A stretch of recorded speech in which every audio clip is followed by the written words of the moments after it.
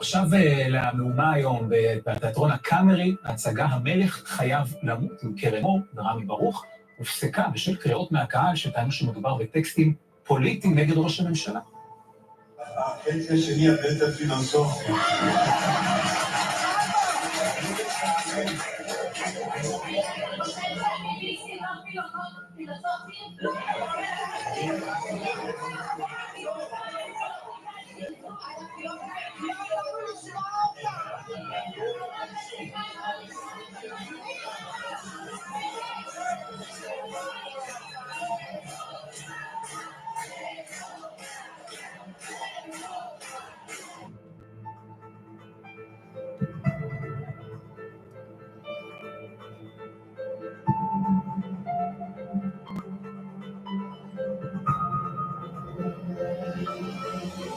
Well, it doesn't get sighted good coming forward in time like this to see how wonderful things have turned out.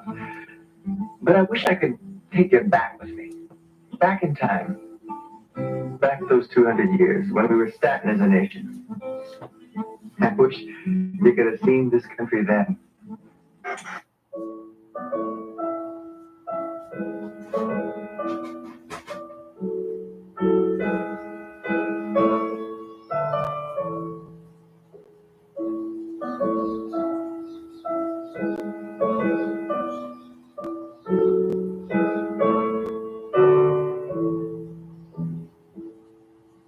Washington was a slave owner.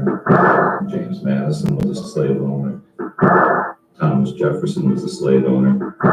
Importantly, Jefferson, who was the most democratic of the lot, wasn't at the Philadelphia Convention. He was the ambassador to France, and he picked up a lot of radical ideas from the French Revolution, which didn't exactly endear him to people like Alexander Hamilton. The initial divide in American politics then goes back to those roots. It's Jeffersonian Democrats against Federalists, the leader of whom, until he was killed by Burr, was Alexander Hamilton. Essentially a class struggle, a class conflict. Thomas Jefferson was, in fact, a fairly radical democratic thinker in his time. And clearly the Declaration's statement that we hold these truths to be self-evident, that all men are created equal and endowed by their Creator with certain inalienable rights, was a powerful democratic statement. And although Jefferson would not have applied it to women or to Indians or to blacks, nonetheless, in all of those cases, those words would come back to be very serviceable for those groups in pushing civil rights and civil liberties forward in the United States from where Jefferson's statement left them. The problem with the Declaration of Independence was that once independence was won from Britain, then the question became one of governance. How were these former colonies of Britain to govern? What led immediately to the Constitutional Convention in 1787 were a series of uprisings by debtors, essentially, not just in Massachusetts. The most famous is, of course, the Shays Rebellion in 1786. The American state was founded largely to get the Ohio Valley, largely to cross the Appalachians. That is the Constitution, to organize an army and money in order to conquer further lands north or west. That's the origin of the USA. But to do that, the slave masters are not going to do the fighting. What they will do is hire poor people to do it. But when they don't pay the poor people, as they didn't pay Daniel Shays takes matters into his own hands in 1787 and goes to the courts and shuts down the courts because the courts were beginning to foreclose on the grounds that Daniel Shays and the other veterans from the American War of Independence did not have the money to pay back. Debtor riots were happening throughout the 1780s, and they were sufficiently scary from the point of view of people with property that they had to do something about it. And what they did about it was essentially overthrow the Articles of Confederation and instill a much stronger, much more able government to protect the property interests that were in dire threat from the people, quote unquote. This was an elitist, you could almost say coup d'etat, except there wasn't any strong central government to launch a coup against. They were really trying to set one up and protect it against majoritarian interests, especially economic interests, especially property interests, especially threats from people who didn't have much. First thing they did when they got to Philadelphia in 1787 was they blocked the doors. And the only reason we know what happened behind those closed doors were that people like James Madison kept extensive notes. The American Constitution was formulated primarily by James Madison.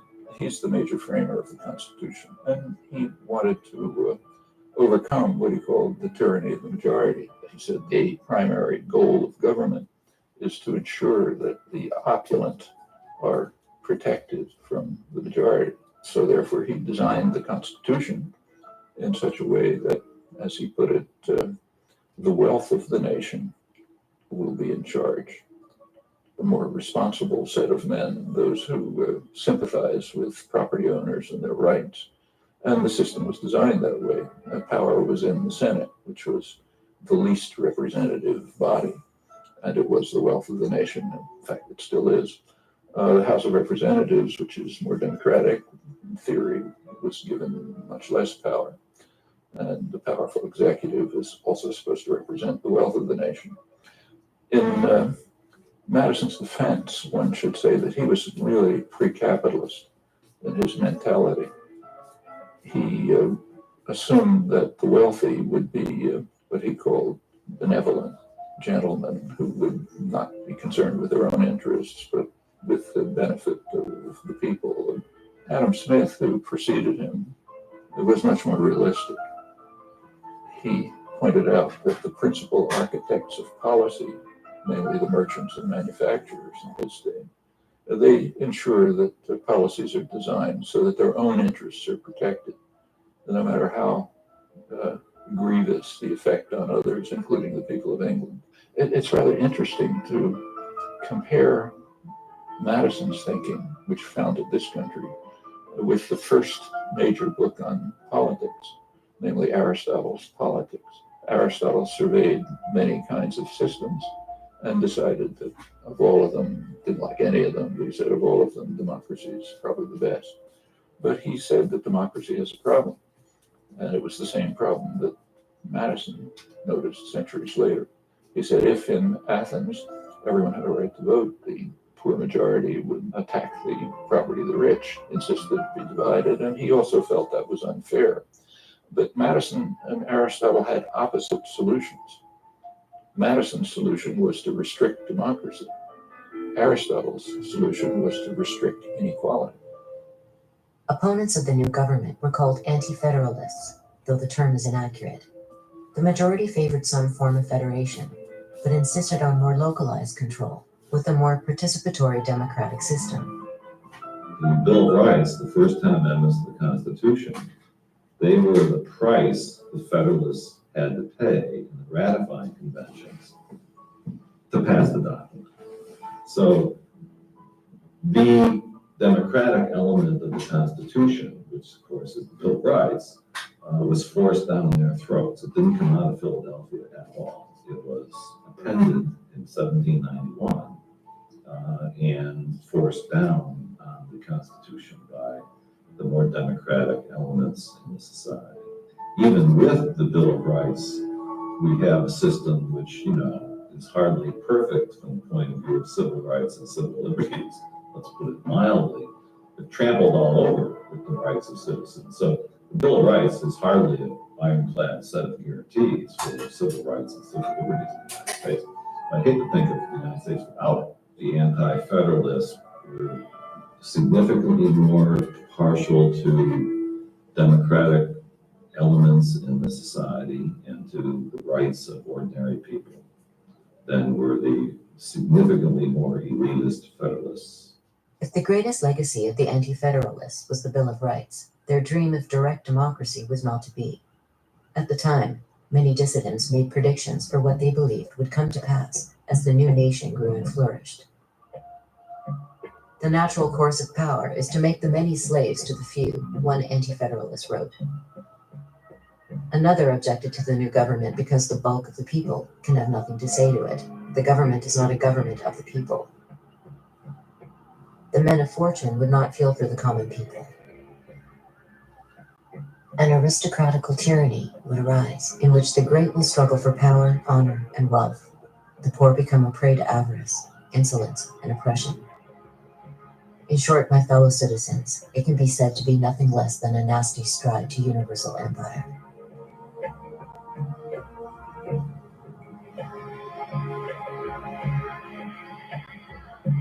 A significant model for both the Federalists and Anti-Federalists were the Iroquois, who had created a highly sophisticated and democratic federation of self-governing units. In stark contrast to European forms of government, the Iroquois people had the ability to immediately remove corrupt leaders. Women played a significant role in decision-making. Everyone was permitted to participate in debate and policy formulation. Native Americans were exceedingly democratic in the way they operated. No society is perfect. When you make comparisons, you see that. They were sometimes small, but sometimes 30, 40,000 people and more in a large confederacy that operated on a basis of mutual respect. Mutual respect that developed out of experience, because if you didn't treat people equally, then they were going to give you trouble. Societies were exceedingly collaborative, but they were also exceedingly individualist. The individual was honored, but the values were collaborative because you had to get along. Everybody was included in every decision that affected them. Elders obviously were honored. They knew more. You listened to your elders, but everybody had a say. You have an extremely participatory society, and as it moved up to larger, there's a great deal of decentralization. So if you had a large number of people, and they would be in a federation, the village would decide for itself. The tribe would then decide, but the individual villages would have to decide. Then the tribes in the federation, their representatives would meet, but they wouldn't decide for everyone. They'd have to have the consensus of local people. So if there wasn't consensus already, they would have to go back and discuss it. So that to the extent that there was representation, these were representatives who were truly representative. They would have to go back. They wouldn't keep their positions unless they consulted people. And they knew that. Even if they had the authority to make a decision, people would go elsewhere and not keep them as leaders if they didn't listen to them. And they didn't treat them. By and large, you had a much more participatory society, and even on the larger, more representative level, the representatives really had to listen to their constituents. Ironically referred to as primitive and savage, Native Americans had actually created a far more democratic system of self-governance than any civilized nation in history. But their anarchic models, as well as the more limited democratic systems proposed by the Anti-Federalists, were incompatible with Madison's elitist vision. In republic and parliamentary democracy alike, citizens would be reduced to passive observers. They would be allowed to pick and choose which individual made decisions on their behalf, but they would not be able to make those decisions themselves. Returning to the period after the First World War, we find widespread support amongst intellectuals for Madison's elitist interpretation of democracy.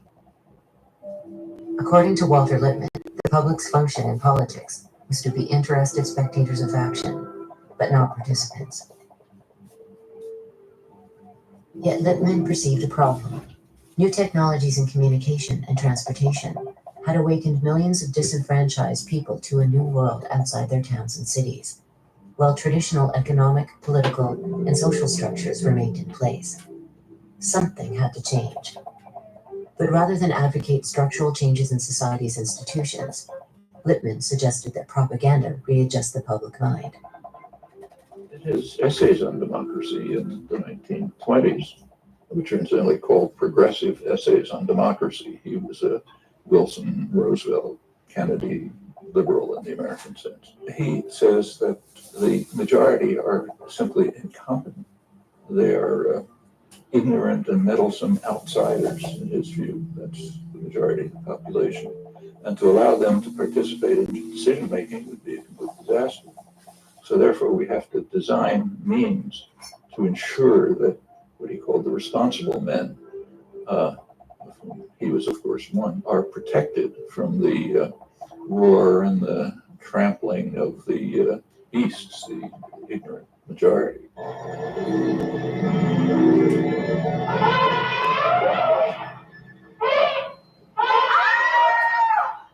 And he devised a number of methods. Lippmann called it the manufacture of consent. We have to manufacture the consent of the ignorant and meddlesome outsiders, mass of the population. And the huge public relations industry was developed at the same time. They are the people who manage and control the marketing exercises that are called elections in the United States.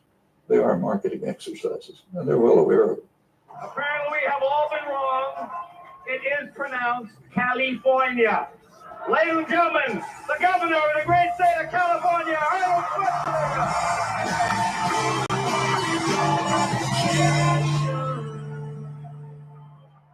For example, the last election, 2008, the advertising industry gives a prize every year for the best marketing campaign of the year.